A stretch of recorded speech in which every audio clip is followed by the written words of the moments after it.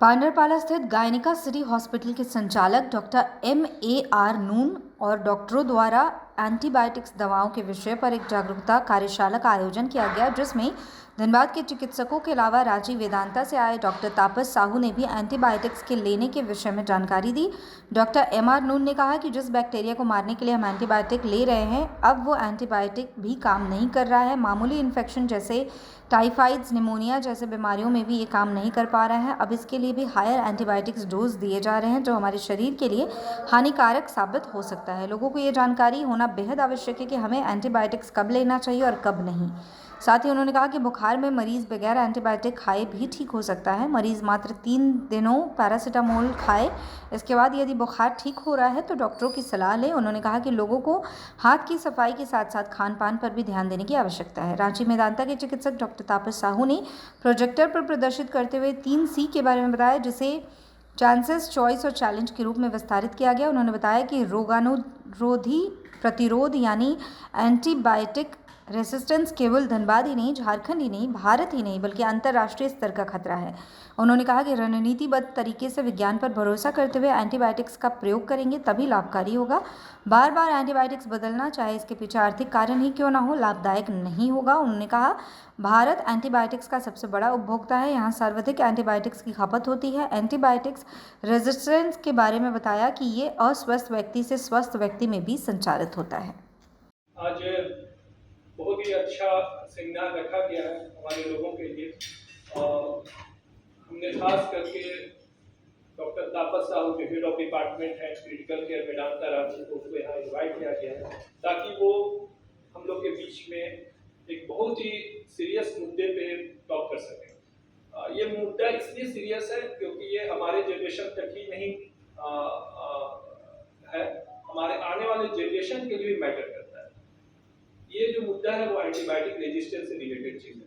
Antibiotic resistance ये आज इतना बड़ा सीरियस मुद्दा होते जा रहा है कि हर लोग, चाहे वो इंडिविजुअल लेवल पे हो, चाहे वो हेल्थ केयर प्रोफेशन लेवल पे हो, या फिर वो एग्रीकल्चर सेक्टर लेवल पे हो, चाहे वो गवर्नमेंट लेवल पे हो, चाहे नेशनल या इंटरनेशनल लेवल पे हो, इसको इतने सीरियसली बहुत पहले लेना चाहिए, जो कि आज हम लोग 2015 से लेना शुरू किया। और अभी भी हमारे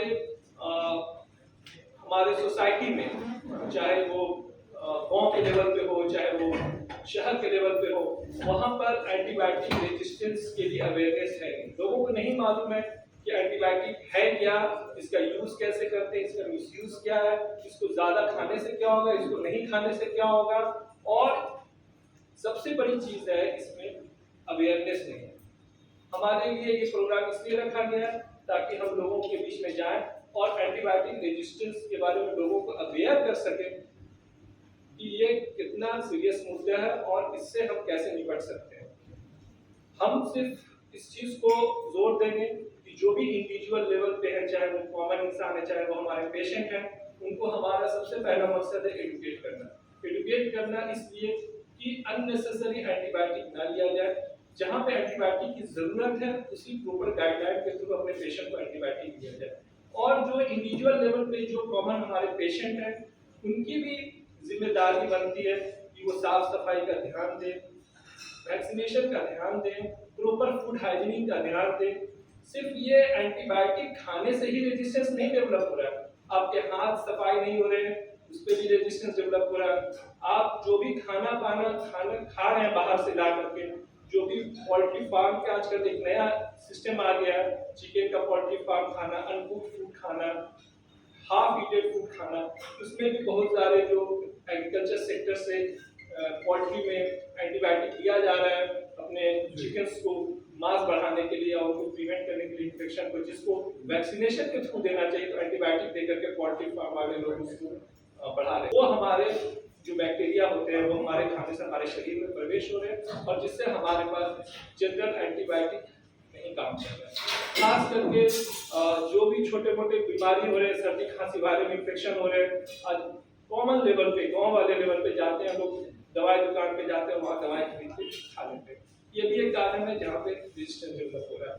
खास करके हमारे गवर्नमेंट सेक्टर में अभी भी इसको लेकर के बहुत ज्यादा अवेयरनेस नहीं है। कोई प्रोग्राम प्रोग्राम पॉलिसीज नहीं है, कोई सर्वाइलेंस सिस्टम नहीं है।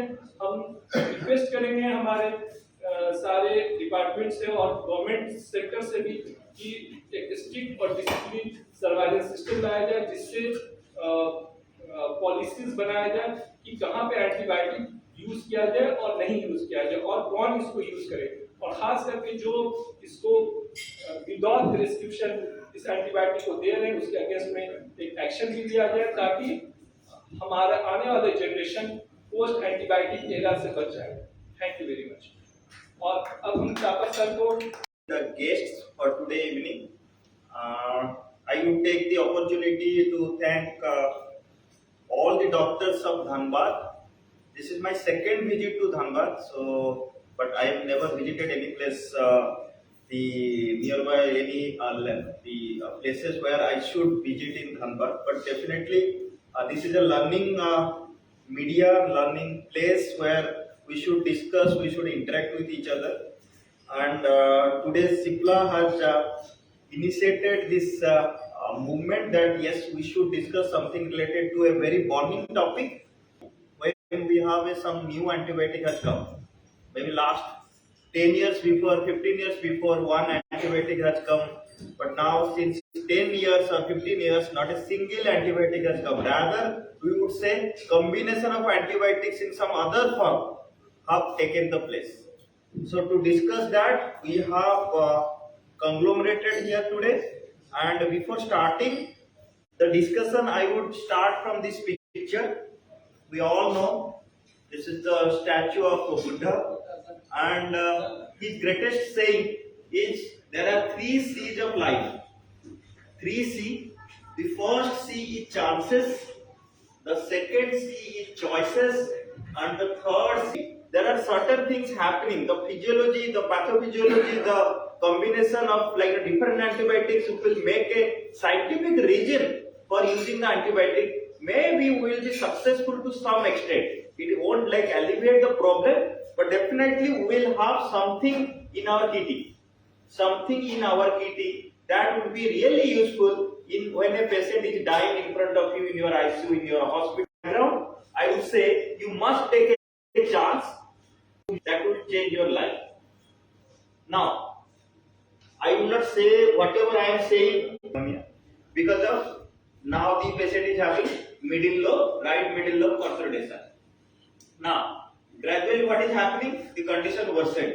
You started with piperacillin tazobactam, but the patient did not respond to that antibiotic. So, and you examined again. Now this patient is showing bilateral bronchial breath and the secretions are becoming purulent. You did the ABG. ABG is showing type 2 respiratory failure. That means patient is not breathing properly.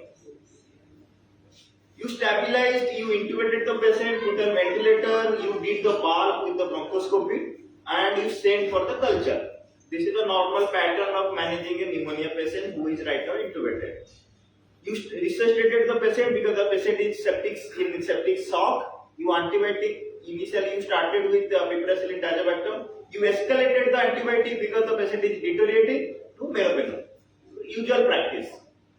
Now, you added also gram-positive coverage with ticoplanin. So, you changed from ticoplanin to linezolid, thinking that maybe ticoplanin is not very sensitive in this case. The patient started responding to the treatment after linezolid, doxycycline and meropenem. There is right now improvement with the reduced need of ventilatory support. So previously patient was on high FiO2, now it reduced to 0.4 FiO2. But the story is not ending here. Like Hindi movie, the villain that if you know your box well, if you know your antibiotics well, and if you know your patient well, then the triangle becomes a Trimurti. And that's the reason why I have shown the Lord Buddha photo at the very beginning, that 3 C's are very important. Choices, changes, and finally you want to take some chances. So that's the message from my side. Not going into detail because I don't think at this time we should discuss about the theory part. But yes, antibiotic resistance is increasing at an alarming rate and widely recognized as a global issue which requires us, but hardly any water is coming. And that's the similar situation with antibiotic. We are not getting a simple antibiotic for last 10-15 years, new antibiotic. And if we also fall sick, then maybe at that time our doctors would say that I am extremely sorry, now everything is on the Upperwala. You just pray to God, I have written some antibiotic, if it will act, it's your luck. If it is acting, then it's my destiny, but finally I don't know that the patient will improve or not. So definitely this type of combinations, which is a novel combination with some scientific reason, if you are using, maybe you can also get your own experience. It's not about taking experience from others. You start using, and maybe you can, after 10%, 15%, you can have your own theory. Yes, in some cases I can also use this type of combination. Thank you all. I know it's a very short and deep discussion.